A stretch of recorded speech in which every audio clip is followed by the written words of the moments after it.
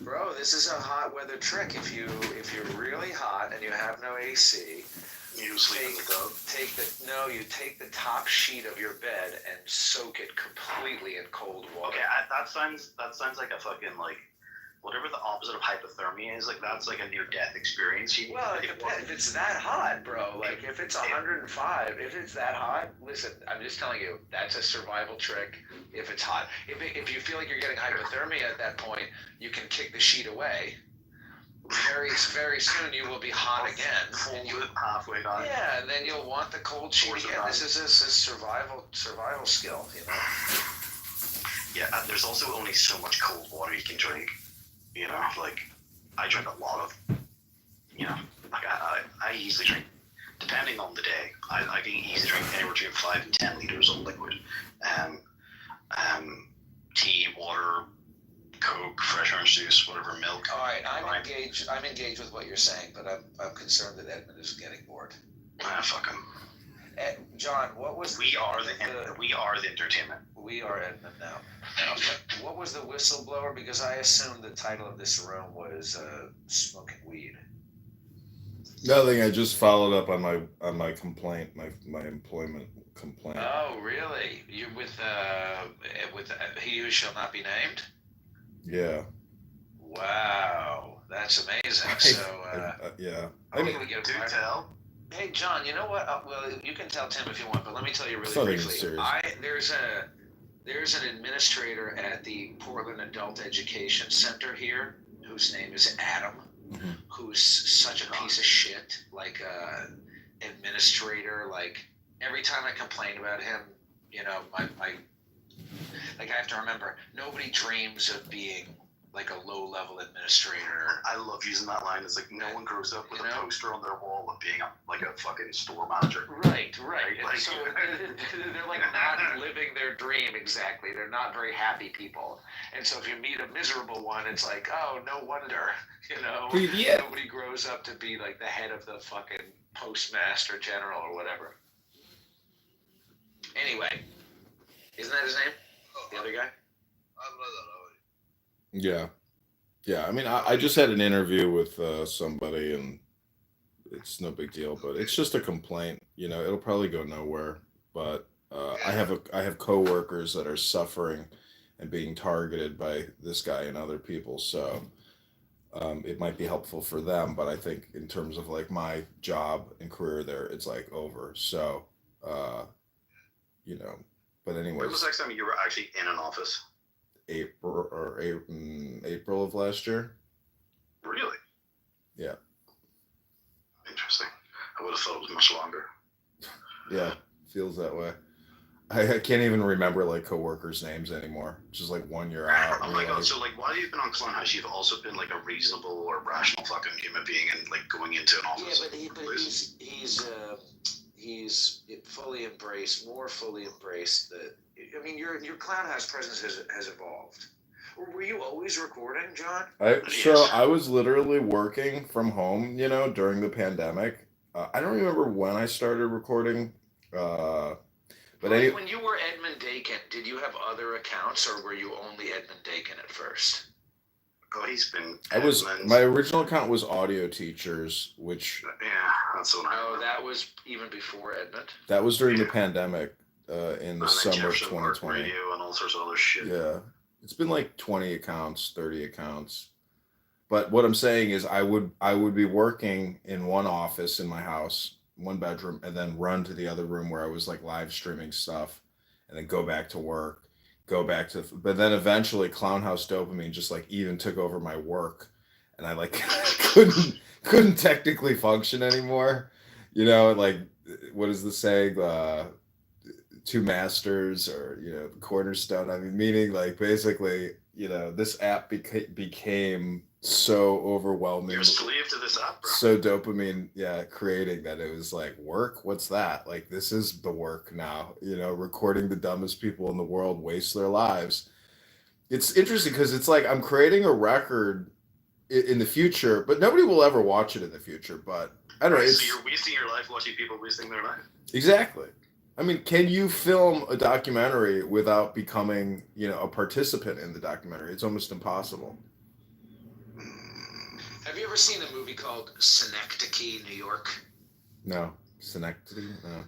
Synecdoche, New York. Not Schenectady. That's a great movie. I don't know if you're into movies. Do you like movies? You seem like somebody who's like not really into movies. No, I have huge binders of DVDs. I've been watching movies my whole life. I heard you talking about Call of Duty the other day. That I thought it was kind of surprising as well, but you're an enigma. It's fun, man. I gotta say, like, you play a good video game that, you know, is like an infinite loop, and it's. But have you ever heard of Call of Duty Mobile? Yeah. Oh my god. That's the only Call of Duty. That's the only Call of Duty that I have. That's beyond pathetic. That I would like fucking started, mobile bro. games. That's the Call of Duty that I have. I'm quite good at Call of Duty Mobile, but that's beside the point. Synecdoche, New York, starring Philip Seymour Hoffman, is a great movie about a man who he gets like an award. Maybe it's better than a Fulbright. I think maybe it's a Fulbright. I think it's an award that exists, but he gets a special award, like a grant, to make a play. He's a playwright. And then he basically spends the whole movie creating the play, and it consumes his life. I don't want to give too much away. Did you see the Philip Seymour Hoffman? Have you seen the Philip Seymour Hoffman film where he is like a bank manager and he's an addicted gambler going to the casino? That is a good one. No, I've never heard of that. That's a great one. It's based on a true story. It's so good. It's really good. Great movie.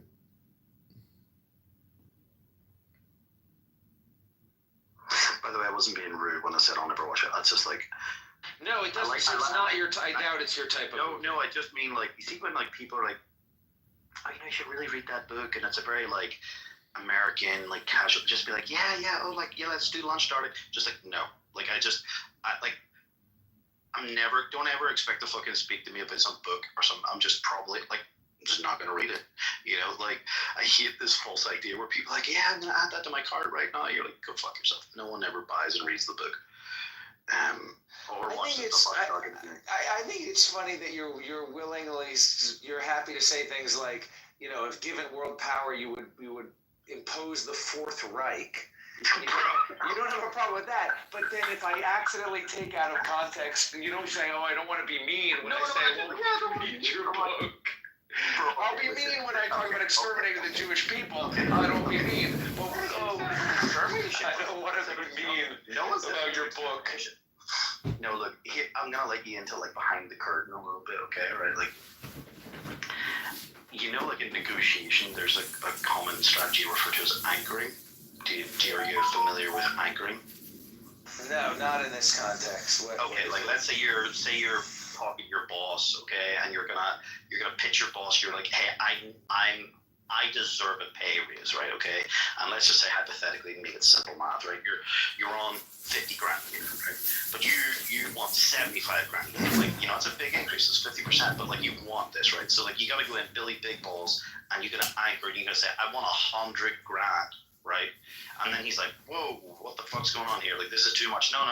And then you're like, you have to, it's like it's in the 40 Laws of Power, one of the things is like disarming your opponent with selective honesty. So right now I'm bringing you on side. I'm also doing this as multiple levels by selectively telling you what it is that I'm actually doing, and that you're going to trust me because I'm telling you the secret sauce, but I'm not really telling you what I really think. I'm just telling you this one little bit, right? But you're feeling like you're getting to know me as I'm telling you this. So what you would do to your boss is you would say, I want 100 grand. He goes, whoa, that's too much, right? But you've anchored the conversation at 100, right?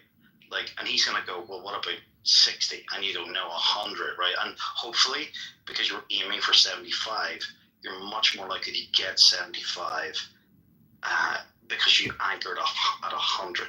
That became the anchor of the conversation. It's not very hard to drag the conversation away from that initial anchor. And I think in an argument on Clownhouse or anywhere, that if you I'm blocked from Monica's room back there, so arguing a point or presenting a point or pushing it to the extreme to 10 out of 10, there are multiple reasons and benefits for that, for provoking the other side. What it will reveal other people's other people's response, what it will reveal about them, but also maybe it's also just for theatrics. Maybe it's just for shits and giggles. Maybe it's just for fun. Maybe it's just more fun, right? And maybe I believe 7/10 of what I say. So, just because I'm saying it doesn't mean I don't believe it, but it doesn't mean I actually believe it either. I hear you. I had a very good relationship with an Australian Nazi. I think I still feel like I'm on good terms with him, but I haven't spoken with him in a while. But he used to call me Big Nose. Oh, what a mighty big nose you have. Do you have He'd say, oh, it's Big Nose, mate, because I'm Jewish then. He's like, oh, the Jews have big noses then. All right, Big Nose. Do you have a particularly big nose? I know this. No, I don't think so. No, he just said because I'm Jewish. You don't have his Jewish friend who can call me Big Nose. It's like I call you this leper calling because you're my Irish. I know what it's sort of called, right? But it's like, you don't have the typical George fucking Jewish, right? Like I have kind of like a Adrian Brody eagle hawk nose a little bit. Like on the side of your nose before? Oh, for sure. Punched straight in the nose several times. Oh. I think actually my nose was broken by being punched. Maybe I should get nose surgery, but that's another story. Yeah, I actually, thanks to social healthcare, I was on a waiting list and got called up for it. I got a severe nose injury, let's say, and basically one side of it looks fine or whatever. It's straight and you would never know. But one side of my nose, like, clogs up or blocks up very easily. Right. Did you get the surgery? If I sleep on that side, right, it's like I'll wake up with my fucking, like, that one side of my nose will just be like, yes, I hear you. So of course I get called up after like being on this fucking waiting list for like 2 years, 18 months at least, right? And eventually after COVID, in fact it might even be longer than that because with all the lockdowns would have added to this anyway. And they were like, come in and get cut up inside a hospital where there's going to definitely be COVID and we're going to ask you if you're vaccinated. You're like, yeah, go fuck yourself. So I should probably go and speak to my doctor about getting back on the waiting list because otherwise you have to go private. And pay no agenda, just live. Fairly expensive out of pocket. Natural. They wanted you to go during COVID. But but it just happened to be that I got called up and it was definitely at the end. Uncle Flo with the 45K plan, did you see that? Pretty peak, like, fucking mask mandates and bullshit in healthcare city. And I just wasn't going to be able to do I didn't want to have the conversation like, are you vaccinated? And just be like, no, you're a fucking retard. And then my surgeon who's going to cut me up thinking this little motherfucker, and then he's going to like fuck me up a bit because, you know, he can because I'm vulnerable. So I just didn't want that conversation to come up. You understand the irony of saying that you don't want to talk about vaccines, you think vaccines are dumb, but in the same breath saying you're going to go see your doctor so he can help you with a problem?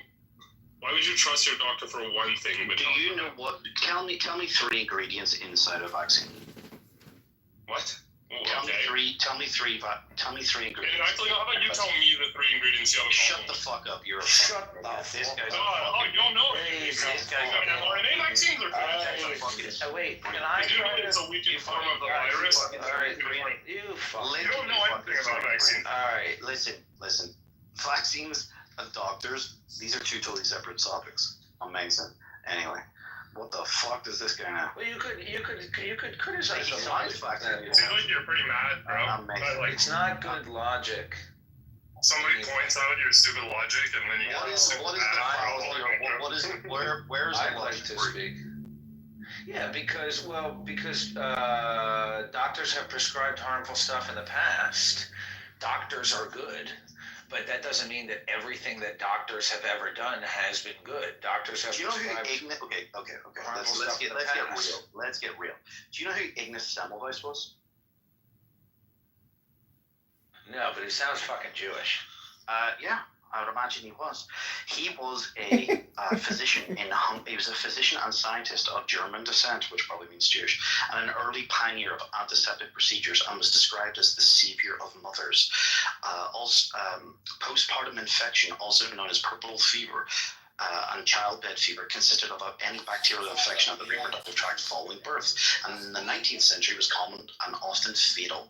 Semmelweis discovered that the incidence of infection could be drastically reduced by requiring healthcare workers in clinics to disinfect their hands. In 1847, he proposed hand washing with chlorinated lime solutions at the Vienna General Hospital's first I can't pronounce that word, clinic, where doctors' wards had three times the mortality of midwives. Okay, anyway, going forward, the maternal mortality rate dropped from 18% to less than 2%, and he published a book on his findings. Despite his research, Semmelweis' observations conflicted with the established scientific and medical opinions of the time, and his ideas were rejected by the medical community. He could offer no theoretical explanation for his findings and reduced mortality due to hand washing, and some doctors were offended at the suggestion that they should wash their hands and mocked him for it. In 1865, the increasingly outspoken Semmelweis allegedly suffered a nervous breakdown and was committed to an asylum by his colleagues. In the asylum, he was beaten by the guards, and he died 14 days later from a gangrenous wound on his right hand that may have been caused by the beating. His findings earned much widespread acceptance only years after his death, when confirmed the germ theory and giving Semmelweis' observations a theoretical explanation. Amazing. So, what can we learn from this? That obviously doctors are just absolute pillars of the community and could never do anything wrong, and literally wouldn't even give them the indignity of washing their hands to save lives, so that they fucking beat this guy to fucking death and have been committed to an asylum. Amazing, but you're a fucking retard and you believe every fucking thing the government ever tells you by the sounds of it. If you can, let me finish the sentence, you just provided I don't give a fuck. Why are you guys yelling at each other? No one. Why do you have to do this? I didn't interrupt him. What was the moral of the Don't yell at each other. It's annoying. I just read word for word from fucking Wikipedia. You can go read it Yes, yourself. I tell you why that's What is it you think the moral was? What was the moral of that story? Well, I don't know. What did you think the moral of that story was? I can explain to you what it means, what you just said. But let's hear your moral, quote unquote. What was the moral? You can explain to me. You say this like I meant it. Yeah, this is like the oldest talking point ever. To give a fuck. Do you want to hear my point? Who the fuck? Okay, let me explain why what you just said is retarded. No one gives a fuck. Well, I give a fuck. I don't care. Back up your ass where it fucking came from. Okay. You're such a snowflake. You can't handle different emotions like a snowflake.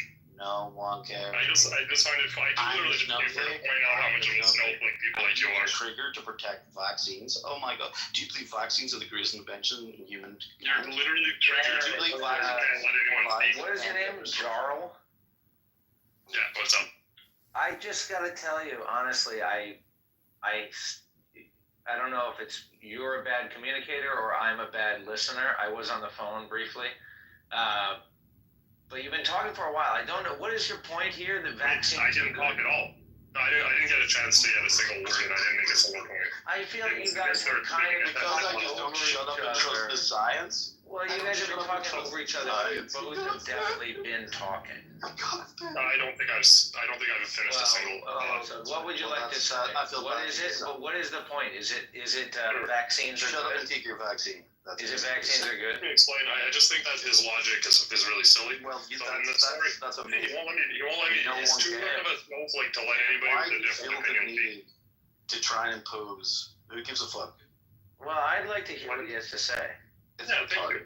Okay. Well, so in his. Thank you. All I was going to say is in his little story, right, he talks about scientists disagreeing with each other, and then people thought, this scientist was wrong. One day Louis Pasteur came along and proved the theory, and then scientists changed their ways, improved the science, and now everybody's healthy. So his story that he thought was proving that is like scientists are bad actually demonstrate that science can improve over time, that science is self-correcting. How many vaccines did you take? I don't know. That has nothing to do with the point. The point is that science is self-correcting, and your story says the opposite of what you think. Did you take? I don't know. It's in my lifetime probably like 20. It's like the everyone else. mRNA. You know I'm talking about the COVID vaccine. How many COVID vaccines did you take? Why'd you interrupt me to ask that? It's Why are you so resistant to answer the question? I'm not. Most people want me to know exactly how many vaccines I've taken. Don't care to answer your question. How many COVID vaccines did you take? Yeah, all of them. Okay. So you're fully up to date with your latest booster? Yep. When was the last time you received a booster? I don't know, like 3 months, like December. Really? So what would that be in total you've had? Six, I think. 5, 6. I'm not sure anymore. I wish you well, bro. Yeah, good luck, dude. I don't know why you think that's a wise idea to take these injections, but you're absolutely retarded if you think it's a good idea. It's like finished elementary school. Process. I understand how All right, well, statistics. Cool. I understand some statistics, but I'm going to go to the gym, make myself a nice breakfast, and then I'm going to read a book. Good luck, Dr. Vaccine. Okay, see you later, fatties. You don't.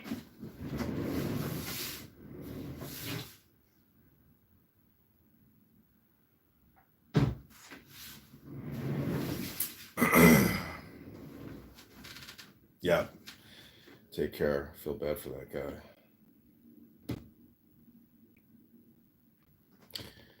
It's not fun getting vaccinated, is it? You using Israeli technology. Without Israeli, you're gonna be in the sewer right now. Bro, but where do you think algebra came from? Oh my God, you idiot! From the Where Palestinian, do you right? think algorithms? Where do you think algorithms? From Gaza, right? I need From the Palestinians, right? I heard that Albert Einstein made it, and then he got in his time machine and he brought it back in time. No. Do your research on where the word algorithm comes from. And algebra. Do your research on those, and you might learn. Are you continuing your college math class that you just learned? I think it comes from. You can find out. Google it. Don't ask. It comes from Aziz. Aziz is the math wizard who knows all the numbers because he was there. I never said that, but thank you. I appreciate it. Yeah, no, you did. Divided by 10. Yeah. Well, I was trying to do you a favor. As is you're from the UK, right? What is the number, guys? You're from the UK, right? You're from the UK, right? You're from the UK, right? I am, right. You're fucking Pakistani, right? No, I'm not. Are you fucking Afghan? No. Are you fucking Palestinian? He's a Somali! Are you Polish? Hey, how's everyone doing? I'm not. Probably European, right? Hi guys, sorry for this too, but I just have a question because the chat is closed. Aziz, did you look at the map? You found the city or no? Aziz? Which city? Your relatives. I'm still waiting for the name of the city. You look at the map? Did you bring all the terrorists with you? It's 6 minutes that I'm waiting. I know. Did you find? I don't just think in leadership position. It says somebody blocked me at this stage. No, that's you blocking somebody. Yeah. Yeah, I blocked the person who was recording, I think. Yeah. Yeah, comedy. Oh shit, she's here. Let's talk about something else before she gets Comedy's Nathan's friend. Yeah, I'm just saying that you can't separate gender out of 1 Corinthians. Like, Damn, they kicked me. Nathan kicked me. Can you believe it? It's like, what is the point of doing your room if I'm like giving it publicity, but I don't know, maybe Nathan feels insecure because he knows she's ashamed of what he's doing every day. You see, I, on the other hand, am not necessarily ashamed of what I'm doing. I'm just like actually sitting here trying to do nothing, so I don't do anything stupid, if that makes any sense. But I do have things I have to do today, like I should probably call the plumber and try to get this coach house fixed.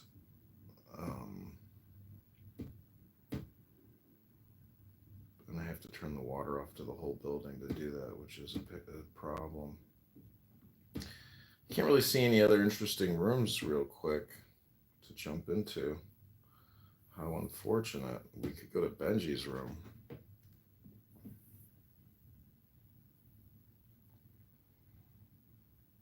Hello, I would like to say something interesting.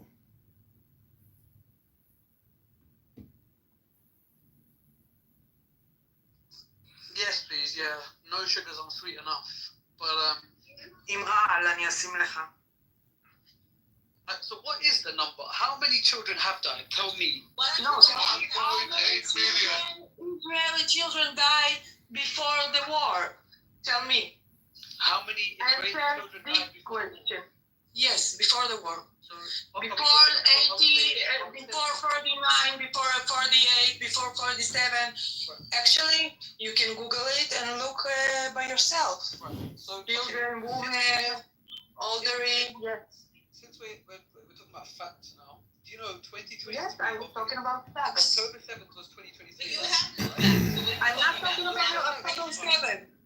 I'm not talking only about October 7th. Right, so okay. So October I know TikTok doesn't show everything, but yes, you can Google it. October 7th was 2023, right?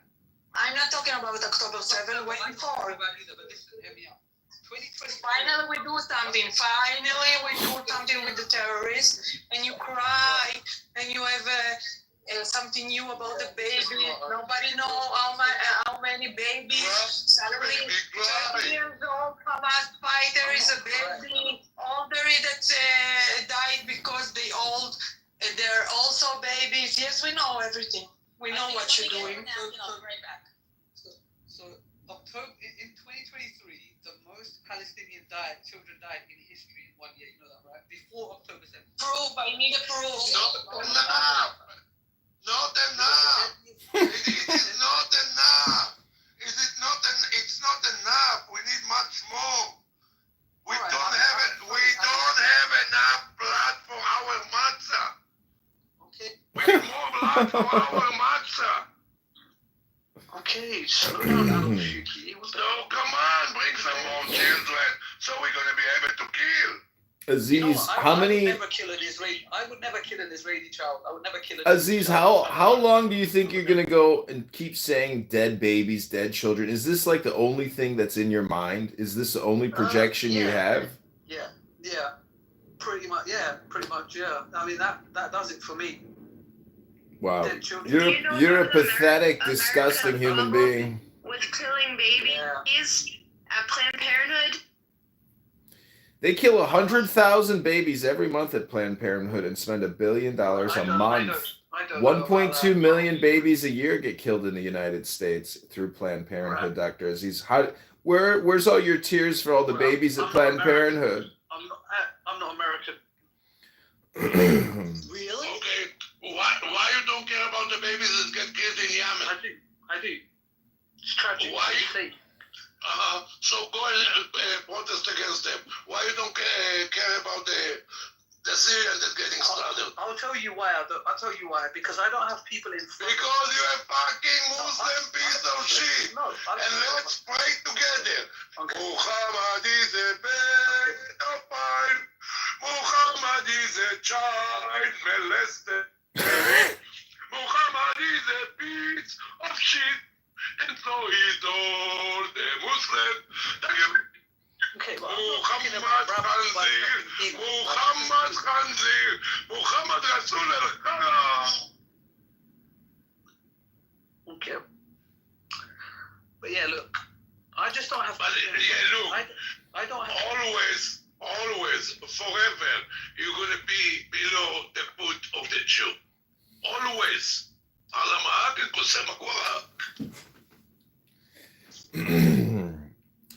You know, he's such an eloquent speaker. It's such a shame that he couldn't get to his point.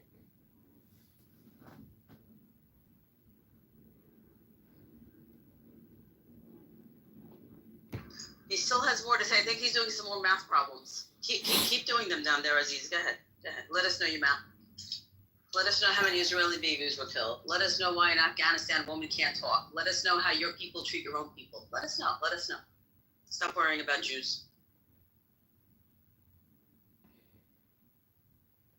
I bet you don't know any of those numbers.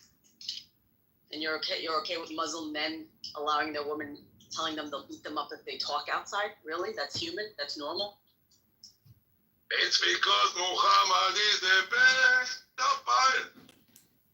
Muhammad is a child molester. Muhammad is a piece of shit. And so is all the Muslim. Takbir. Muhammad Khanzir. Muhammad Khanzir. Muhammad Ratul al-Khtara.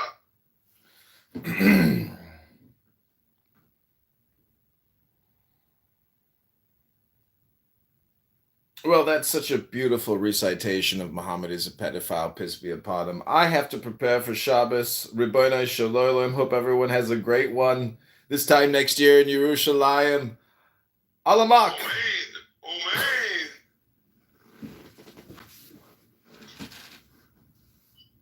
Muhammad was pedophile. Muhammad was a pedophile. Muhammad was a child molester.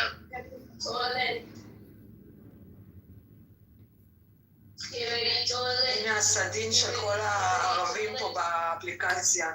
אלינורה, הגרמניה, מלקקת להם.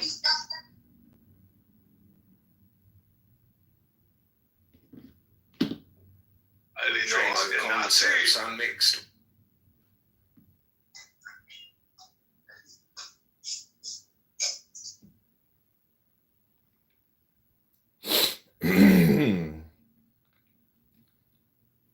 If you buy And then buy a property. if you buy a property right now, right, you're gonna be buying it Do you own probably. property? Do you I do. own property? I own multiple Where? in Pennsylvania. Guys, I gotta head out. I'm just gonna say this one last thing, Cindy, which is if you I'm want to gonna get buy into a the property. if you want to go buy a property, Yeah. if you want to go buy a property, partner with someone, buy and if you can buy a duplex. Oh, she left. Okay. All right, I gotta head out. Chase, it was nice chatting. Yeah, man. She'll probably be back, but Yeah, I gotta call her phone. One second, let me look at the verse. Which verse did you say? 31 of Surah An-Nur. Let me open that. Give me 1 second.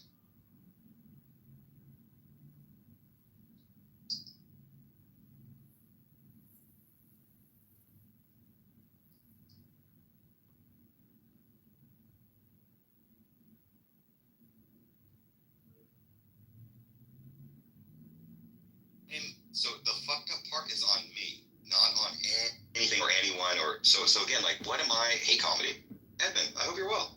What's it? Hey, brother. Hope you're well, too. I just wanted to come in and just do a quick chat and cut and say, I love you. I love you too, dude. Are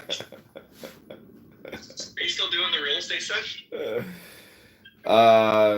Yeah, still doing real estate stuff, yeah. Okay. I have this building here in Los Angeles that I don't know what to do with, but kind of live in it. Well, Airbnb that shit. Why don't you Airbnb it? Yeah. That was one of the kind of options. Is it's 2,000 square feet, so we could do like 4 units. But I work and stuff, so I need somewhere to work. It's C2 property, commercial. So I'd have to convert it to joint living working quarters, or to the C2 does allow for R4 residential. I wouldn't worry about the zoning. I would just test Airbnb and try to do a small run with, get an air mattress for 20, 30, 40 bucks and run it.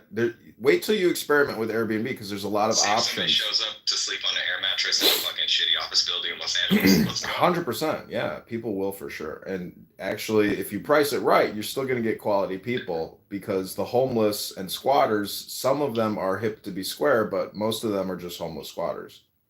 Yeah.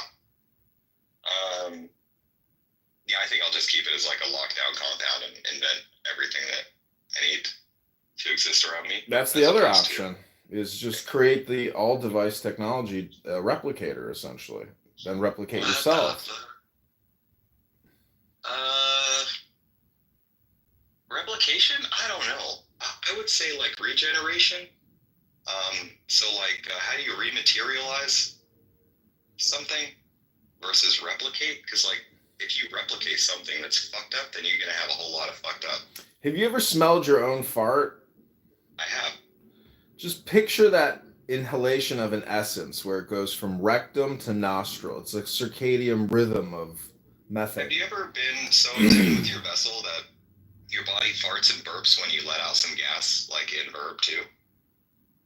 Like when you toss some shade, or like when you like do a really witty comment, you like belch or fart like as a capstone or a mic drop. Yeah, I guess. Yeah, for sure. Yeah. Okay. Well, I know you meditate and stuff, so like our vessels do shit that I just can't handle. Like, well, not handle, but I can't stop. It just does it. Oh, these bodies are weird. I know. Can you believe people don't use a tongue scraper, a water pick, dental floss? On the back of your toothbrush. And the water No, picks are you gotta like get $20 on Amazon. If you get an actual metal tongue scraper and you scrape your tongue each night, you're talking about like the most disgusting thing you've ever seen that doesn't even want to go down the drain. It's like a living gelatin bacterial organism that you literally pull from your tongue. So Hold on, wait. You're still leaving it behind because it replicates itself. No, what I'm saying is if you think the back of a toothbrush is a tongue scraper, that's not a tongue you're scraper. Giving it to our system. Why are you pushing this sentient life form from your tongue into our sewer system, into us? Like, what's up? No, it's... Can you put it in the fire? No, I scraped it from my tongue last night. It's down the drain, but now it's a mind virus coming through the telecom into your brain, reminding you to get the metal tongue scraper. It's alive. Okay, so something weird about me is I shed and I molt. I have wings. I'm an angel. What kind of molting are we talking about here? You guys really got to meet me. Like feathers come off. Interesting. Can you save me one? It's like when you like invent something and then you don't have a word for it. You just have to show people it. There's a Homer Simpson episode. There's a Simpsons episode for you guys. It's okay. I'm a Muppet. So the most important aspect I love you. of Zen koans. Yeah, I love you. I love you. To hear. I don't know what color. The only reason I bring that up is last night we were in this room and everybody's like so upset, and then this guy Jeremy's like, "But I'm saying this because I love you. I love you." They're white. But my white horse that they gave me came with blood on it, so please be careful with me. Where in LA? Are you downtown LA? Your building? No, I'm north. North LA. Yeah, north. I'm a valley girl. Hey, JCC, what's up? Oh. You know. Yeah, do you remember what was that movie with it was Clueless. Yeah. Yeah, the movie Clueless.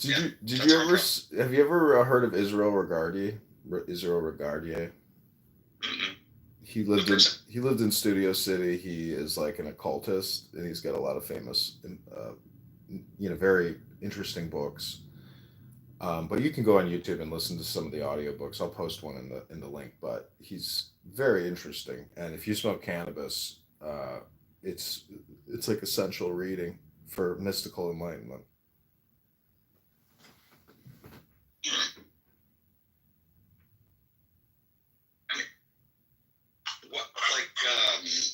How would you define enlightenment? Because I immediately thought of yerba mate and their enlightenment flavor, which is yeah, mate would be like a good analogy for enlightenment. Like I've drinking mate, and it's definitely like a spiritual, ecstatic event where you're like, wow, this is like this is unlike anything I've ever drank before, and this is amazing. I've had a teacher explain Dharma to me in a way that was like that same sort of, you work really hard, you're sweating, and then it's the wind that hits the sweat that cools you down. Yeah, definitely the mate, not the yerba.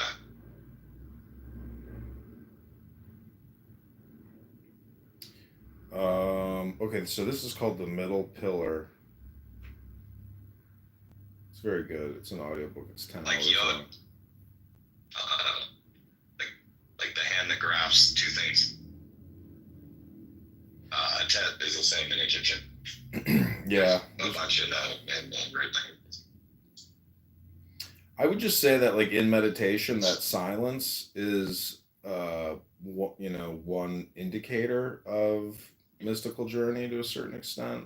But the whole thing deals, in my opinion, it's like a therapeutic dialectic, or a neurolinguistic program dialectic. Like, that's what a lot of these mystic books can do for you, and it should just bring you peace and joy as opposed to like anxiety and anger and sadness. Right.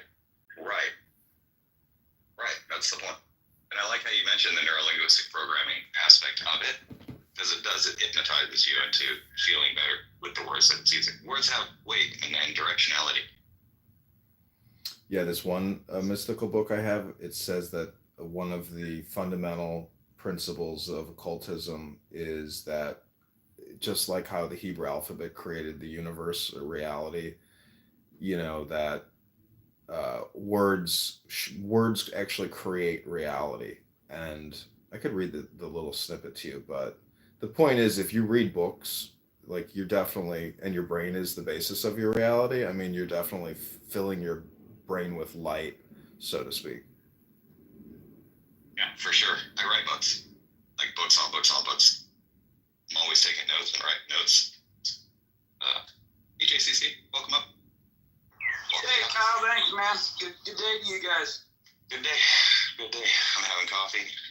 Just smoked some cannabis, and soon I'll have my computer up. I got the chronic. You know that shit. You know all Yeah. JCC, what does JCC stand for? Jewish Community Center? You keep thinking that.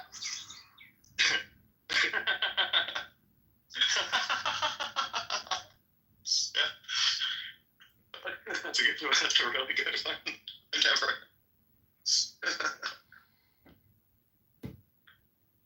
So JCC, I know you're like an atheist and you reject everything, but what do you think about books? No, stop. I don't reject everything. Do not misrepresent what atheism is. And those are initials of a name, bro. So fill in the blank. If you look at my profile, you can figure out my name and you can figure out the initials. Not that hard. I thought you were a little more intelligent than that. Is he triggering you? I was making it. My profile's name is comedy. I can't make a joke about the Jewish Community Center. Well, they don't, Siggy, don't bark at them. They don't need no motivation. Come on. But if you smoke cannabis, I put a great link on YouTube to enjoy a fantastic book, which I know you're going to love because I love it. And of course, I have great aesthetic. So thus, you're going to love it.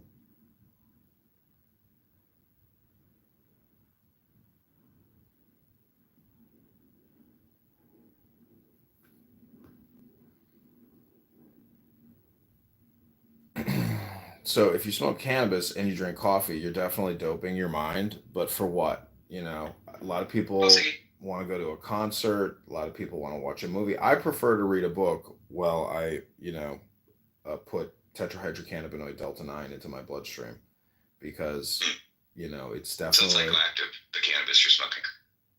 Oh yeah, I smoke indica. Yeah. Okay. Yeah, I have sativa and indica, both varieties of THC and CBD, and there's weird qualities with the stuff. When you start to do the concentrate, you can derive the raw, and then it's non-psychoactive. And there's other genetics of plants that are non-psychoactive, but they still have the THC. It doesn't get you stoned, but it enters your endocannabinoid system and allows you to be pain-free for physical pain stuff. I do have a strain. It's called headband. It puts a headband around your head, like you're wearing a hat or a headband. Very mystical type physiological happening. Are you doing any hyper breathing or like flooding your body with? Yeah, are you doing any of that? Yeah. Only when I try to fly. Do you also have a hamstring rope to stretch your hamstring while you're doing the deep breathing? No, I don't. I have rope. How do you? You just lay on your back. You take like a belt or a rope, then pull on the top of your foot. And then as you're pulling and stretching your hamstring, you're taking deep, relaxing breaths or hyper breathing as well. Yeah. I usually stand up. Oh, yeah. When you pull other foot. Yeah, I need to do that. That's good. I actually just started taking like magnesium and a couple other vitamins that I've been low on that I didn't know that I was low on. Seeing a nutritionist is pretty much a go-to first step before you go to your primary care doctor.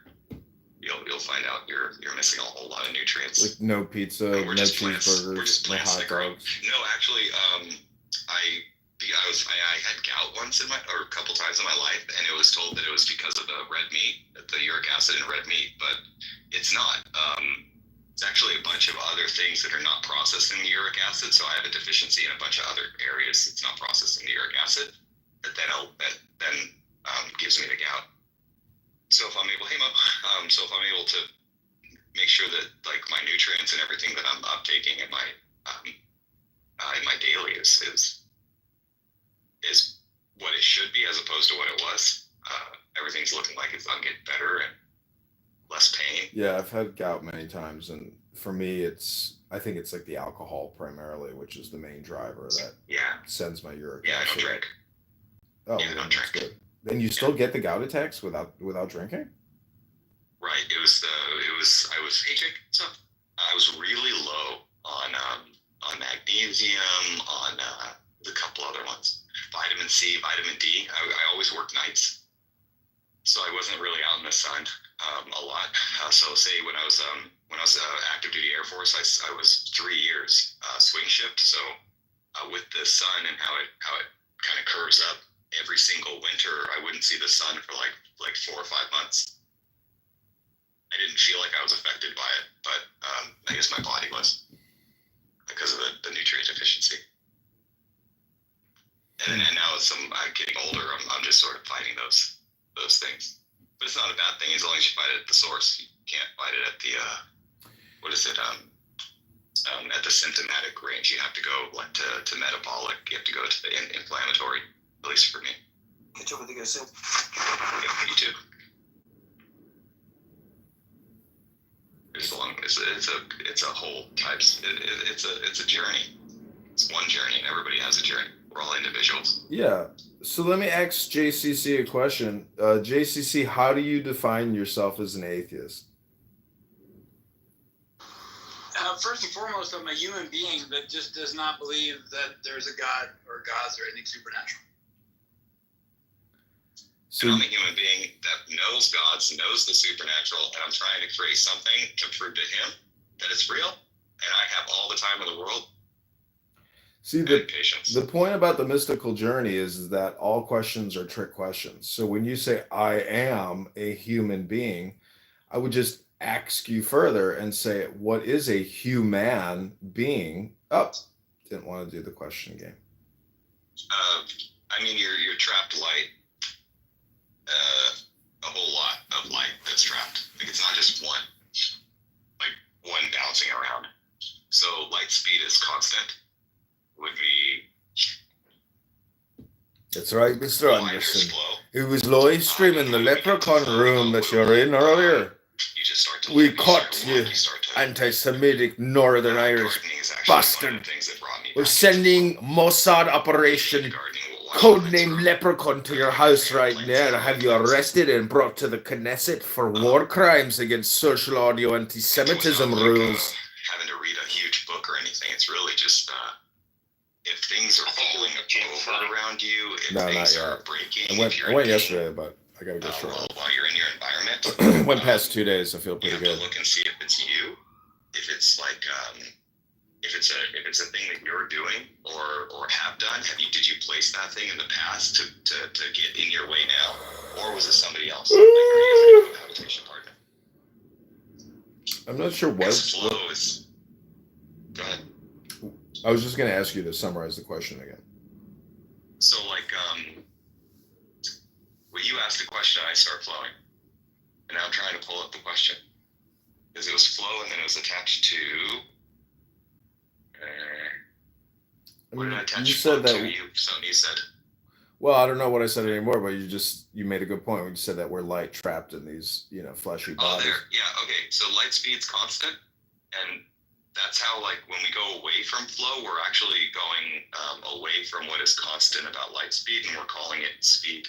We're defining it. We're comparing ourselves to something else that is also it. And so then when you do a comparison model, you leave what is what would be natural, and you go into the artificial. Is this nigger science? My Irish friend here, he says he's wondering if this is N-word science, is like shit they talk about in the ghetto. Because I was at Hebrew music for that. I mean, this is the funny thing about, African Americans who are spiritualists, because a lot of them are reading. What does that mean? Meaning that they are non-traditional, that they don't prescribe to, standardized Christian. Right. I have a lot of friends here in Los Angeles that believe in deities that most people on Clubhouse will have never heard. Yeah. So, and I enjoy their company, and it's actually quite a nice experience to have a lot of different peoples with a lot of different beliefs still be able to sit around the same fire and hearth and eat and converse. Mm-hmm. Because I don't subscribe to very many deities. I would say as a born as a born Jew, I subscribe to my gods there from my core, and then also Odin, the All-Father. Oh, really? You worship Odin too? Well, it's not worship. I wouldn't say worship. I would say that these phonetics that we've named these gods are pretty much the same, and that it's one and the same. Right. So there's when we all came out of the cradle of life, and as peoples, we came out of the cradle of life. When we left Egypt and we went north as Israelites, there were a lot of lost tribes that went way north. And I believe I forget what other peoples went and really messed up all the 10 lost tribes. But there's a lot of different people. There's more than 10 tribes, isn't it? It was 12 tribes. Oh, 12. Jacob. Yeah. And so there's 10 lost. So my family traces back to the Naphtali, if I'm saying that right. We actually went way far north, and there's genetic tracings. If you do not Ancestry or 23andMe, but if you do genealogy, there's people who have really great complex data sets in academics that basically the Israelites went up through and joined and became Vikings, and were what started Vikings. So it's the same people. Kings at any point? Odin is Yahweh. Yahweh is Odin. The same thing goes the Odin story of how he defeated this cow that's giving the universe milk. It's very close to Ein Shem, which is the nameless. Mm-hmm. Yeah, I know in occultism they're big into sigils and the swastika. Glyphs, yeah. These things. What do you think the swastika is? Do you think it's the twirling hammer of Thor?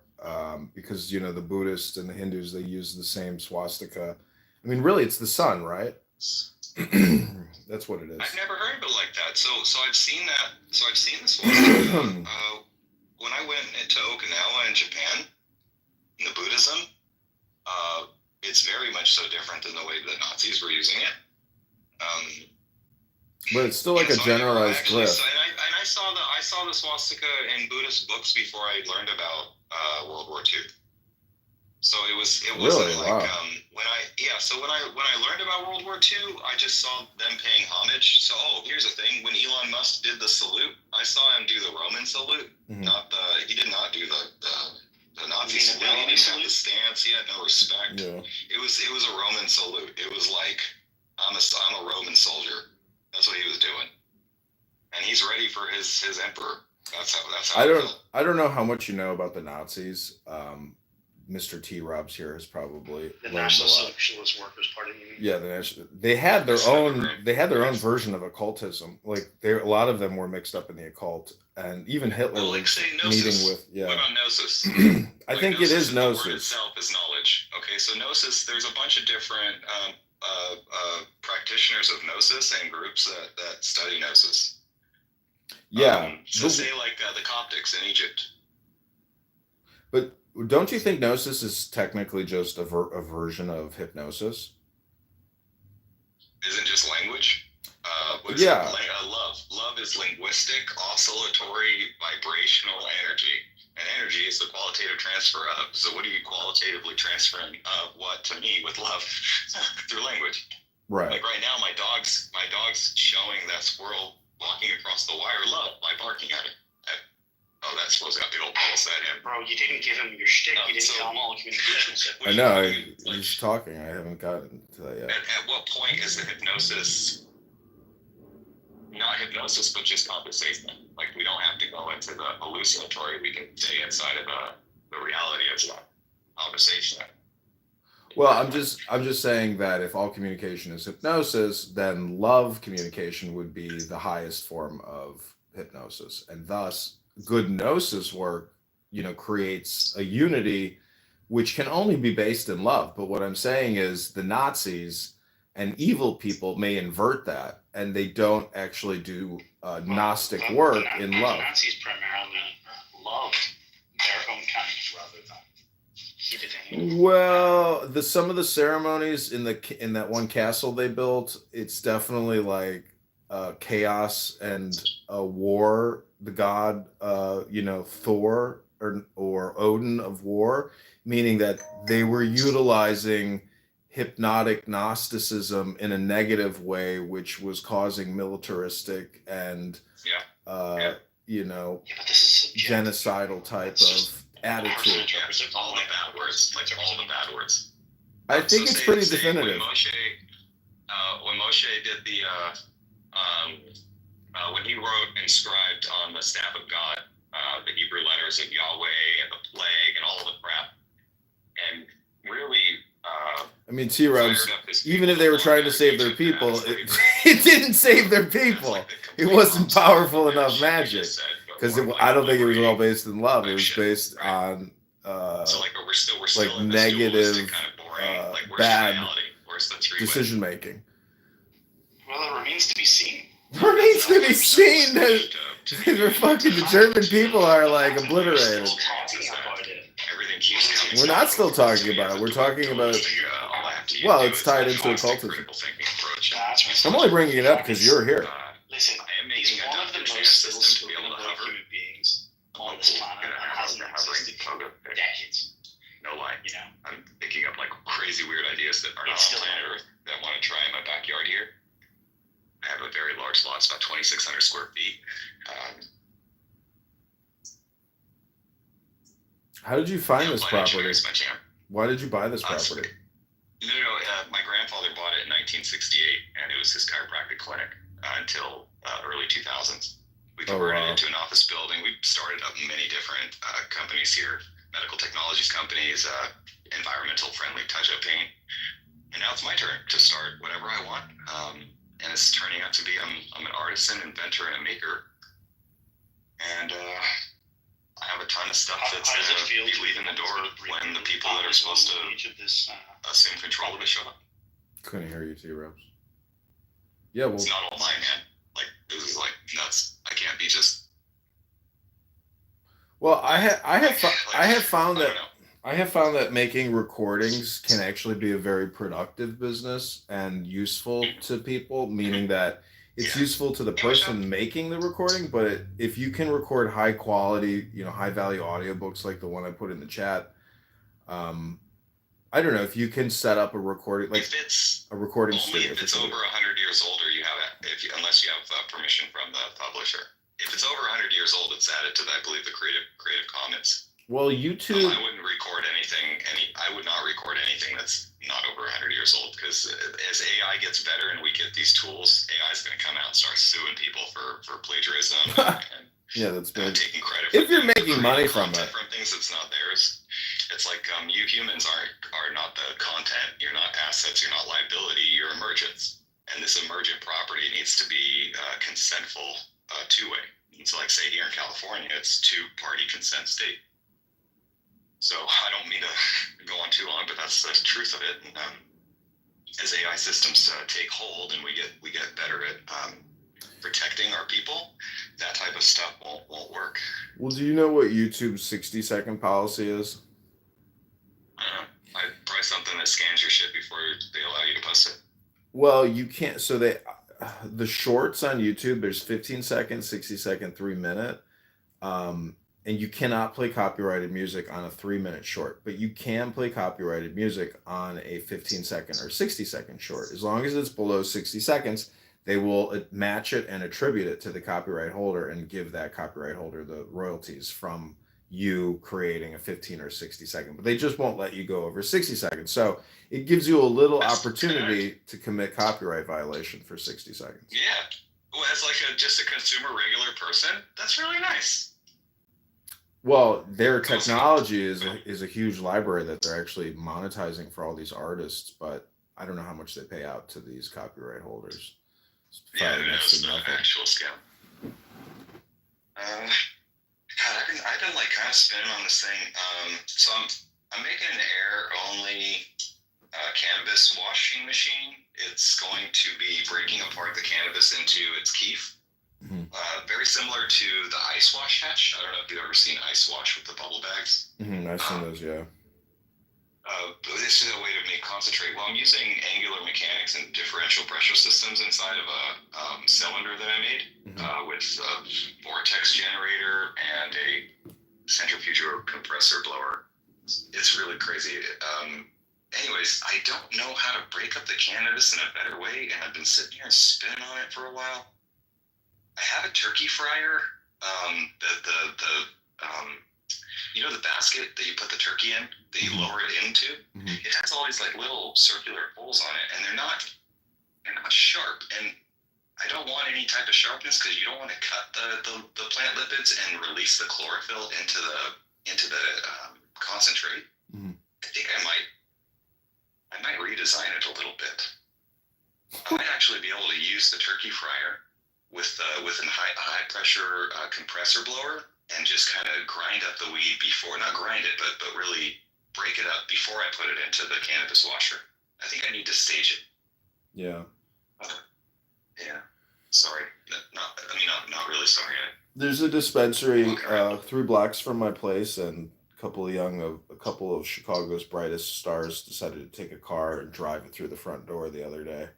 So what? Yeah, and guess who? Hurt? No, nobody got hurt. It was at 4 a.m. But guess who owns the dispensary? P. Diddy. He really does. He actually bought it. Went away pretty quick. It's like, oh my gosh, like this world. Could you imagine sitting in a prison, having $500 million or more? I mean, gotta be a total mindfuck. Sitting in a pool with P. Diddy. I don't know. I don't know any of the stuff. Like all the drama that's happened in the last like 3 or 4 years, I've disconnected. I like being at the office, and like I said, like my grandpa bought this in '69. We renovated it in 2004. It needs a roof. It has multiple leaks. It needs a lot of work. My ex-girlfriend and I bought an RV to live in and renovate it, but we broke up and the RV is gone. So I've just been like kind of like. Well, you gotta get up there. You can do the repairs to the roof probably yourself. I have been. Oh yeah, but I'm not doing anything normal anymore. If anything, I'm doing more art, and I'm taking a lot of artistic liberties with how I'm doing things. I'm not buying anything but like the fundamental components and then building it myself. I won't buy like I have a garage door in the back of this building, but it's going to become my back. My back is going to become my front. And so this is going to be a patio door. And so right now I have on the other side what was an NFT system, nutrient film technique. It's the pipes, the hydroponic pipes. So instead of the garage door, I put OSB structural board, and then I put an NFT system. I gave that to her. She took it. So I'm going to put another one with larger tubing and with a water feature. It'll take a couple months to build instead of like a patio door. Because what do I need a patio door for? Like right around the corner is the door to go in and out. Like it can have windows and you can see the water feature from both sides, but why do I have to walk through it? I don't know. that's what I'm doing every day. I'm just like sort of in a playground, and it's. Do you have a YouTube account? Pretty dope. Yeah. I would like Kyle.grant@tensornetics.com. Oh man, can you put it in the chat or pin the link? Yeah. I put that chat. I would like really encourage you to like film yourself doing everything, and then you get so much feedback by watching what you're doing, and then you also get live feedback. Wait, that's your YouTube account? No, that's my Google account, which is TensorNetics. TensorNetics is our corporation that we started here in Clubhouse. We do medical technologies, research and development, and emerging technologies. But medical technologies is kind of at the back end right now, because with emerging technologies, I myself been working on a lot of aviation type stuff. Mm-hmm. And then we have like Michelle, who came in here and left. She was heading up a lot of the music. There was no music. There was no music. Like Michelle came in here. She's doing the non-invasive brain computer interface type stuff with Lisa and a bunch of other people. So I don't know how big or small TensorNetics will be, but it's building out to be something relevant. Tensors is a real thing. It's a mathematical tool that we use, or mathematical framework we use to measure three-dimensional reality in space-time. Tensor flight dynamics is a real thing. Peter Zipfel's a great teacher. Demko, you need a YouTube channel. Einstein used tensors as for his field equations to help him wrap up general relativity. He was really close to special relativity before he backed out and went general with it. So hopefully we can get special relativity at some point. So I don't know. I don't really. Like I said, it's a playground. So anybody who comes in this room, if they have a problem or a thing, like I usually will contribute quickly to it, and get back to doing what I do every day, which is play. Like right here, I have a. You were talking about books. I have a book right here, Manual of the Stromberg Aircraft Carburetors, Edition 2. This was printed copyright 1924. So as of last year, this is Creative Commons. And everything in here has how to make fluid injection systems, has the angular mechanics and aerodynamics of pretty much carburetors, and how to fly a plane that is carbureted with fuel or with liquid, and against gravity, go upside down. So how do you keep pressure systems feeding fuel to an engine and without stalling? So that's all in this book, and this is all allowed. We can use this to start innovating from anything that's 100 years old. And then, but just so you know, this stuff that's 100 years old, as we start to innovate from, we're already like 10,000 years in the future compared to everybody else. TensorNetics is a business name. So tensors would be the mathematical framework, and then networked information computer systems, so NetICS. And then we can do pretty much anything with the computers that we have. We were funded $100,000 and incubated. We are being incubated by NVIDIA via their Inception program, and we have a lot of our services on Amazon Web Services right now. Multiple models as listed for sale or for use. I think less than a cent per hour or something. Niston has it all listed there. Our developer. Well, I don't know. I went to your site. You don't have a YouTube account. I would just really encourage you. It's all. We're not advertising right now. Well, it's not about advertising. It's about being creative. I mean, you live in LA. You live you live in Hollywood. There's always all these. Hold on. You want me to do a PowerPoint about the inventions that I'm sitting in front of, or should I just? We'll send you the PowerPoint. I'll create the YouTube video. No. I don't have the PowerPoint. I don't have the dot. Like I have the invention sitting in front of me. Like I have the actual physical thing. Oh yeah. Create a video of that. Just create shorts. They're just 15-second clips. Working with like OpenAI. Well, yeah, I'll take a picture of my thing and I send it to OpenAI, and it's been really good with like I've been training it up to not elucidate and hallucinate so much. And so it's tightening the tolerances of, say, the schematics it's able to provide back to me from something I photograph and send it. before, like I'd ask it a question and it's trying to give me information that I don't want. Like I have an image in my head that I can't find on the internet or on OpenAI or Perplexity or any of the other tools. So then the image in my head, I start to build in my workshop. It's built and I still can't find it. And now I'm sending these things that I built in my workshop to OpenAI so that I can provide myself the documentation, PowerPoints to go on the YouTubes and all that. Absolutely. It'll happen one day. Mm-hmm. I need some help, but if I don't get any help, guess what? It's just going to take some time. Like right now, I need to find a USB-C PCB, which is the PCB that connects between a USB-C and a printed circuit board. And hey, what's up? Hope you're well. I think we should nuke Mars, but with like electromagnetic pulses, like so EMP nuke. Like we gotta get it swirling and vortical. Like we have to get it spinning. Right just at the poles. That way the equators is like kind of where we would kick it. Like on Mars.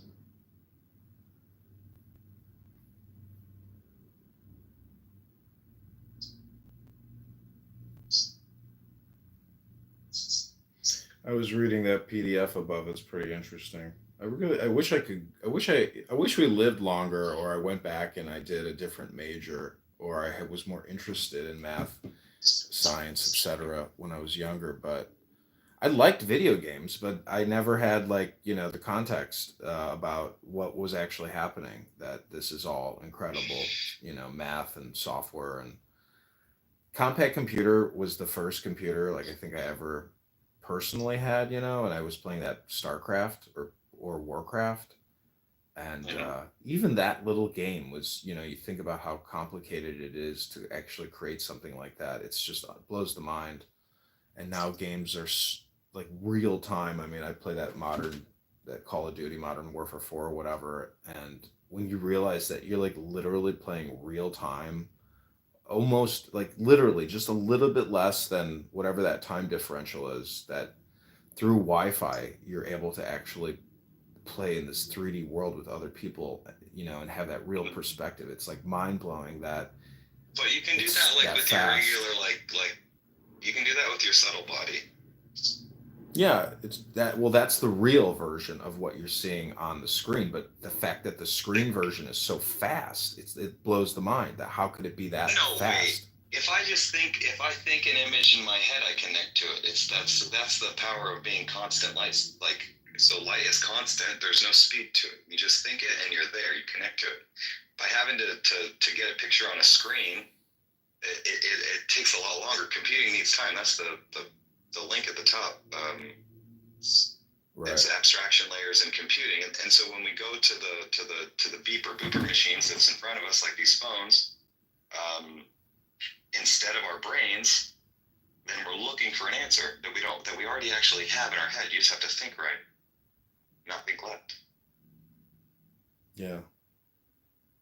Okay, so when I say that, everybody can think left instead of right, because it's like it's what's good for you in that moment. For me, going right would be a wall, so I wouldn't go right. I would go left, which is my bong and my butt. Because right now I'm in my Barca lounger, barking like a dog. And if you PTR, you can see my book and my vortex generator with a centrifugal fan. So basically, I'm making a turbo without exhaust or gas inducted fan thingy, and it has a thrust vector. So there's definitely a lot of directional output. I could put this on something with wheels and go down the road, but I want lift. I want to be able to float or pogo stick. So I gotta recreate these metal shrouds into fiberglass and carbon fiber. But before that, I'll probably shape them out of foam.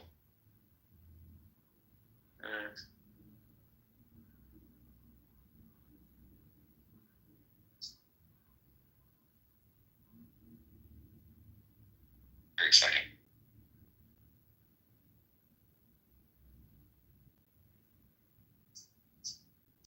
Hey, Siggy. What?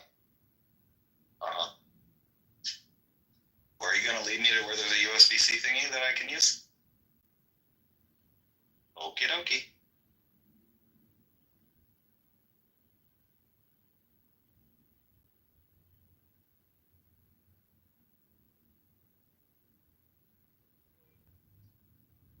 Oh, I know it's not down there.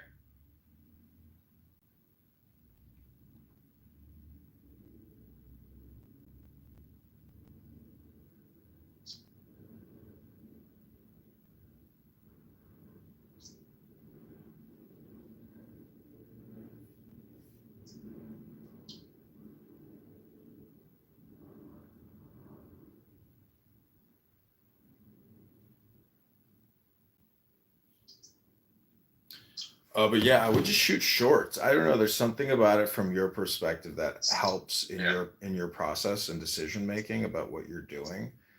And then you get the real time feedback, and then the marketing aspect. But what you're really doing also is your keyword large language, index that eventually every business ends up creating to draw traffic from the internet to what their business is. So, no matter what you end up doing, there's always this marketing communications aspect that you can't get away from, and it's absolutely essential. There's no way around it. So, like, I'm in the cannabis industry, and I'm working on this invention. It works, and I have to stage something to make it work better and more efficient. As this thing runs, basically, it's going to get set up here in this office where it's an installation. I'm not going to move it around, and people are going to bring me like pounds and pounds and pounds of bud because I'm going to have a service that doesn't exist anywhere else. They're going to bring me their bud, and I'm going to convert it into hash, and they're going to be able to take their hash, and I get to keep their compostables and make better nutrients for my own plants, like a win-win. There's a donation thing I've been told, so I'm kind of excited about that. I don't know, but these people have a lot of money, and they're willing to throw it at people who need it, I guess. Well, people that it's an industry thing. It's like it's a culture. It's a thing. So that's what I'm working on. I do need. Keep telling yourself that. So it's not that I'm telling myself that. It's that I'm trying to manifest that as a reality, as opposed to thinking that this world is just run by a bunch of sorcerers and magicians that are slowly abusing the system and all of its people with it. I'm just saying, even in cannabis, it's very cutthroat. That's all I'm saying. So right now I'm about to smoke Oregon Cutthroat, which is a strain of cannabis that was sent here. It's a highly protected genetic. I wouldn't be able to sell this. They would cut my throat. That's why it's named Oregon Cutthroat. And it's one of the most beautiful plants that has some of the most beautiful variegated traits. Every time it flowers, it has differences and uniqueness, and there's nothing like it I've ever had. And they don't like when I'm hanging out with the cannabis people. Yeah, we will cut your throat if you fuck with us. I guess like I have to say that because I'm a part of it, but I'm not the guy who would do that. That would actually probably puke or throw up. I wouldn't want to do that type of work. I don't mean fuck with you. I mean like in terms of that's what I'm saying. Making money and people taking money and not reporting money, stealing money. Get it completely ignored. Oh, so that's something. I'm a disabled veteran, like super disabled. I'm trying to become a cannabis advocate. I don't really know how to become anything anymore. Like you put it on your resume, I guess, and then you just call yourself that, and then you are. But that doesn't make a whole lot of sense to me. I have certificates about other things. So cannabis advocacy and like being a part of this culture after being working for cybersecurity government shit for 20 years, it's been a blessing. It's like a whole lot of peace and quiet and solitude. And whenever I need help, I reach out and I get exactly what I need. So, yeah, I got a few projects to finish up. The cannabis thing's one of them, and figuring out where to install it. I think maybe in the front foyer would be the best place. So let me ask. I need help. Like I need to put the other motor up one layer instead of having it down. I need to put a spin on that. So right now it's like direction. It's like going straight into the vortex generator. It needs to actually come from behind and loop in, so it creates another angle of differential, which is going to push that differential layer down the cylinder because it's not in the right place. I'm having a problem breaking up the cannabis with the pressure differentials because the cannabis isn't staying in the right place where the differentials are because of gravity. So like angling the machine and hoisting it in the air helped, but I'm trying to like actually solve it as like an in place, like an installed thing because it's a whole new invention and methodology. How do you utilize meditation in your situation? I will get about 3 seconds of like a positive like word or thing, and then I'll just sit in silence. Nothingness will make sense, and then I sit with nothingness all the time, and then I just sit with silence with the things that I'm working on, and then those things just sort of build themselves. Like was the statue, Michelangelo, statue of David.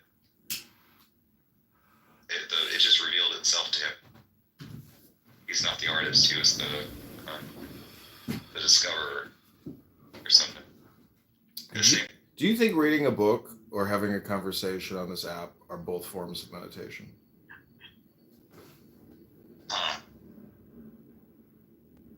Yeah, why not? You have to focus. You have to attend to something. Meditation itself, attention is really the only thing we have. So if you push your attention towards something and you start to do that thing, so you start to meditate. What type of meditation? Is it a mantra? Is it a breathing exercise? Are you imaging? Are you imagining something? Are you trying to levitate? There's a lot of like different things that happen with meditation. What kind of meditation? Well, I create these audiobooks, and I have the feeling that reading out loud is an interesting way to read. It's, because reading silently, it's like your attention span goes way down when you read silently, I think. So if you read out loud, there's a lot more like comprehension that's taking place in that action and that meditation. So like no matter what you're doing, reading books, certain books, or any book really is useful, but some books seem to have a bigger impact in terms of like Gnostic or relaxation response. And since we speak in English,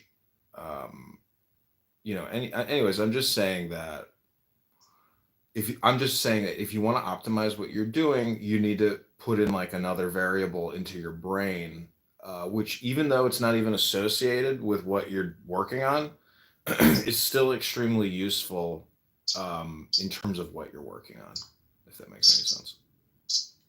Like if you were to just read Rumi, or any kind of poetry, I think there's got to be value add to what you're doing. Like, say, all the work that I'm doing right now with angular mechanics, if I had a contribution to SpaceX and how they use the Raptor engines, so I just submit that with like a sticky note and a photo on Twitter to Elon, or do I like send or do I go to like SpaceX PR and try to actually reach out properly? No, do I do it the delusional way? Like do it on X. The scientific way where we use critical thinking. Do it on X, and tag Adrian Dittman. Tag Adrian Dittman. Use hashtag Adrian Dittman. I apologize for saying that, and I hope that everybody in the audience can see this dualistic shit that keeps happening. It doesn't need to be duality. We already reached singularity. So we're going towards emergence. Where's the 3, the 4, the 5? I love studying M theory and string theory. But wait, you said duality, but didn't you mean non-duality? This is like higher dimensional type. Well, if you want to go anatta, which is non-self, we can. You don't speak from non-self though. Well, it was just a minute ago, I was thinking about the opposite of self, which is non-self or de-selfing. Yeah, anatta. Yeah. So like Ein Shem is something that I said earlier, which would be the Hebrew form of non-self. Right. It's the nameless. Right.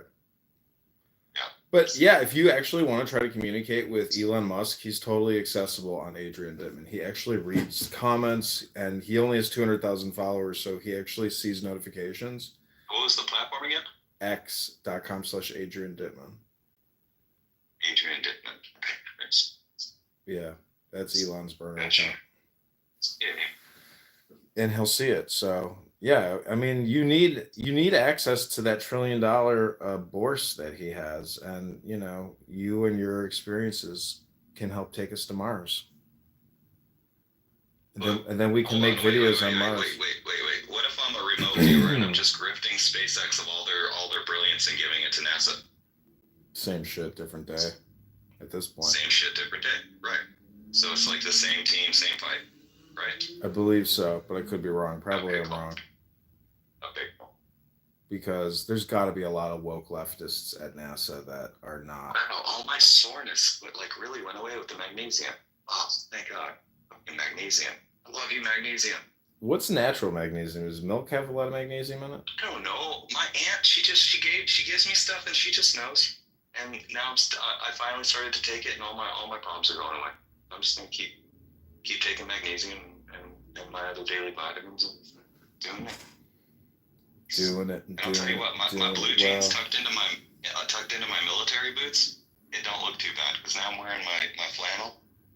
You know what? I look like a young Rambo? Tim the Toolman Taylor's.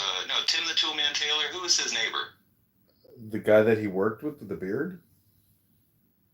No, the guy with the beard was his the working partner on the show. I'm saying his neighbor when he was at home. Oh and yeah. He was when he had With just the hat and the face, right?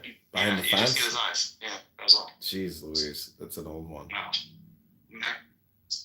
Harrison, I don't remember his name. I could Google it, but who cares? Grab my phone. I'll do it. I'm gonna grab my phone. Who cares? Wasn't that the character though, also from Boy Meets World? Wasn't that the teacher who played that role?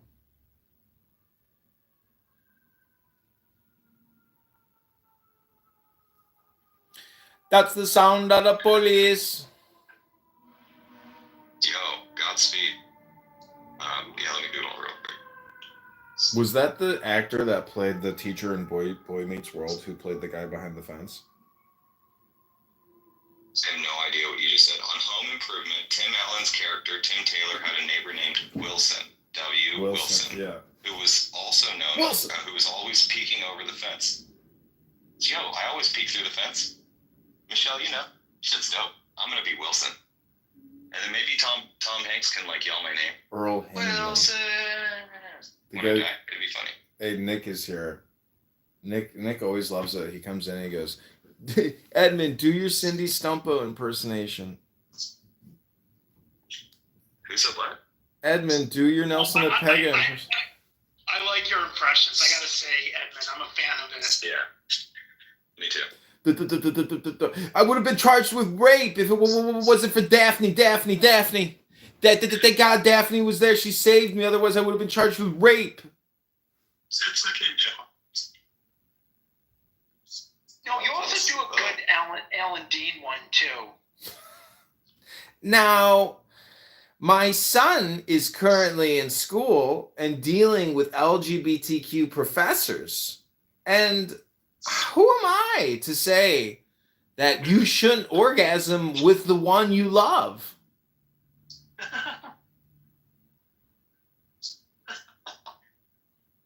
I'm not Jewish, by the way. I am Armenian. We'll do Jeff Goldblum. Let's go. Ooh, Jeff Goldblum's a really... I struggle with the Jeff Goldblum impersonation. That's a tough one. I guess it's time to suck today's dick. Did you ever see The Brundlefly? The movie The Fly? It's so fucking gross when he turns into the fly. Because he's already a fly-looking guy. Just the memes and stuff, that would freak me out.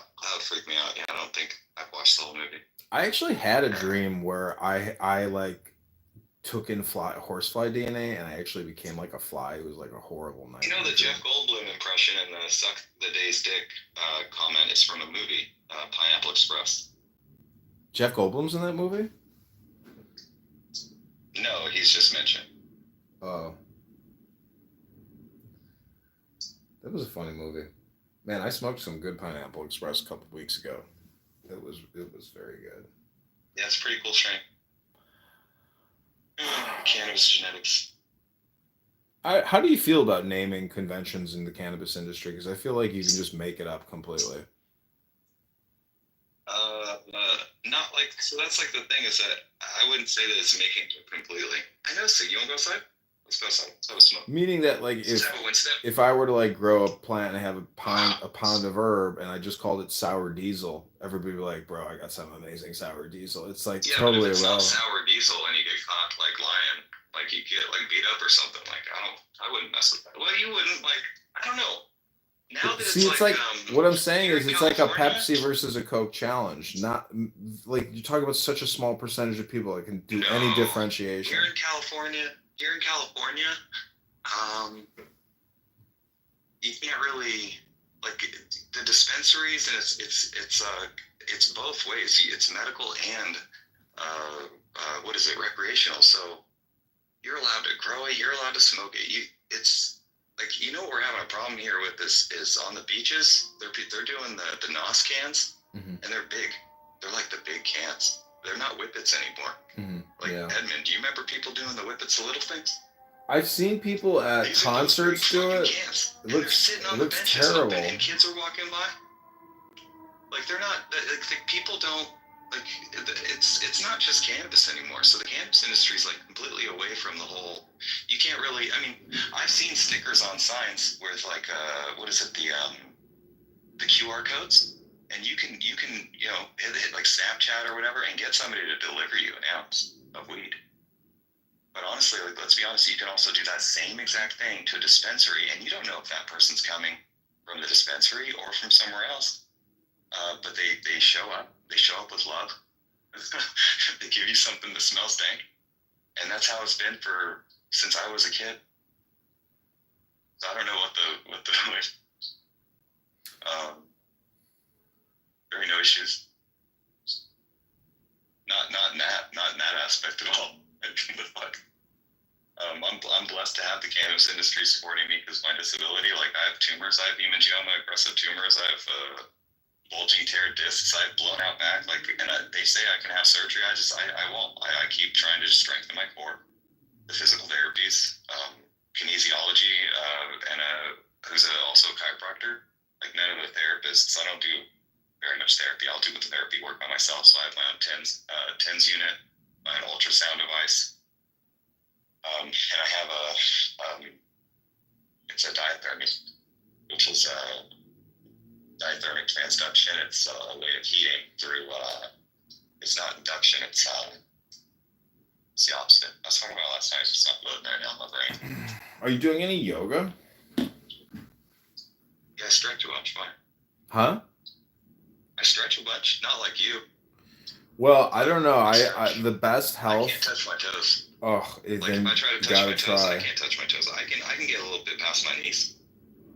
I can bench a lot. I can do a lot of pull-ups. Well, yeah, I do pull-ups, but yoga to me in the sun is the I wasn't best. able to do pull-ups until I went disabled. That's why in my profile I put recovering disabled veteran.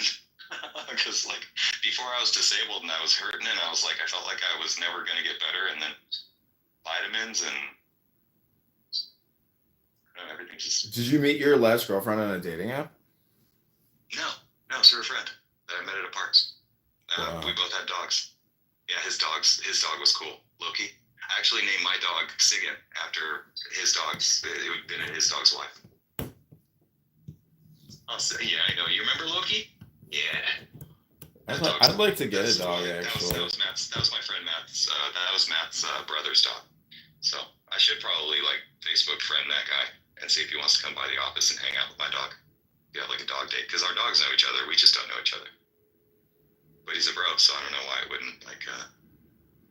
Yeah, I keep thinking I want to get a dog, but I think it's like one of those things where if I see a picture, it like makes the desire go away, and I'm like, definitely a bad idea. Do not get dog. Enjoy waking up, going into office, get coffee immediately, not taking dog out for pee or poo. All I'm getting is dogs, and all I do is I wake up, I feed my dog first. Like everything is for the dog first, and then I get going with myself. I get my coffee going, and but Siggy gets fed first. Nice.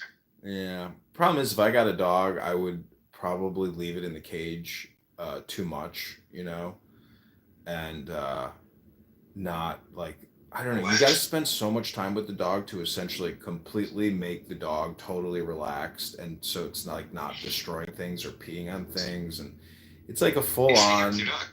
Yeah, it's just like hanging out with your dog all the time. I mean, I don't know if I want that. 24/7. Oh, yeah. Okay. Well, that's like a you thing. Do you spend a lot of your time alone? You're like an octopus on solitary. I am. I have really slowed down my vibration, and that includes my thinking as well. Like I actually, because I spend so much time on Clown House, listening. What year is it for you? It's 2025. I mean. Okay. Yeah. So we're still in the same consensus reality, but you're like just the vibrations get slower. Like my activity has slowed down significantly because I don't have. I'm not working. So. What about like a cadence? Secret. Like you don't have your own like habit and routine and a cadence, like that you just sort of. No, I do, but I'm just saying that it's not. In the morning. I'm just saying my stress has gone way down. I'm just saying my stress has gone way down because I'm not working. I'm not dealing with. Why aren't you working? Because my willpower is saying not to work. Just stop working and relax and enjoy the flow of the blessings. Are you doing this opposite day thing? No, I'm not doing opposite day. I'm doing now. That's why I was gonna. That's why I asked. Yeah, but your work is like inherent in you. Like you're certified. You have certifications. You're a real estate agent. No, that's. I'm not doing. I'm not doing that kind of real estate. You're not like up and showing a house doesn't mean. No, I'm not. Like I'm only work I'm doing. If I went into a flat Earth room, I would say without a shadow of a doubt, I am standing on flat ground, on flat Earth right now. Like this Earth that I'm standing on right now, underneath my feet, is not round. What are you circulant? What is this? Did you hear me in the flat Earth room the other day? Because I destroyed those people. I just ripped them a little asshole. I don't know why you guys do that. I would support and bolster this idea that we are standing on flat Earth. Show us around Earth. Take us up. Like right now, there's a bee. It's cold out right now, so these bees they don't do well when the sun's out and it's cold. So I'm gonna take it, and I just picked it up. I got it in my hand. I'm gonna take it over here to this little warm box that I have waiting for it, so I can like sit by the tree, and then it gets to sit in this little warm box. Yeah, wait, oh, you fell off. Come on there. It gets to sit in this little warm box right by where its hive is. There you go. And you just get to kick it there. And then once it warms up a little bit in the day, it'll fly up there. Oh, hey, what's up?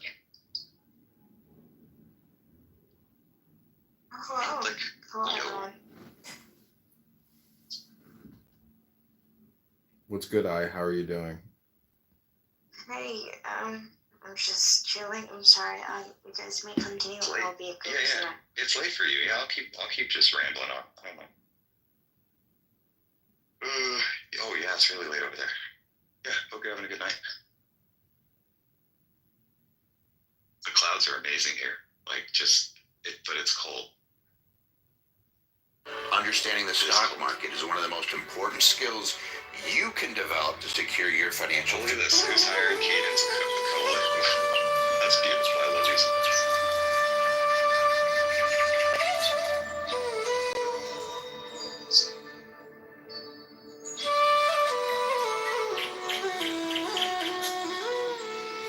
Oops. Are you playing any musical instruments, Kyle? Oh, I can. I can anything brass with trumpet, a 3-piece instrument. I can play sheet music.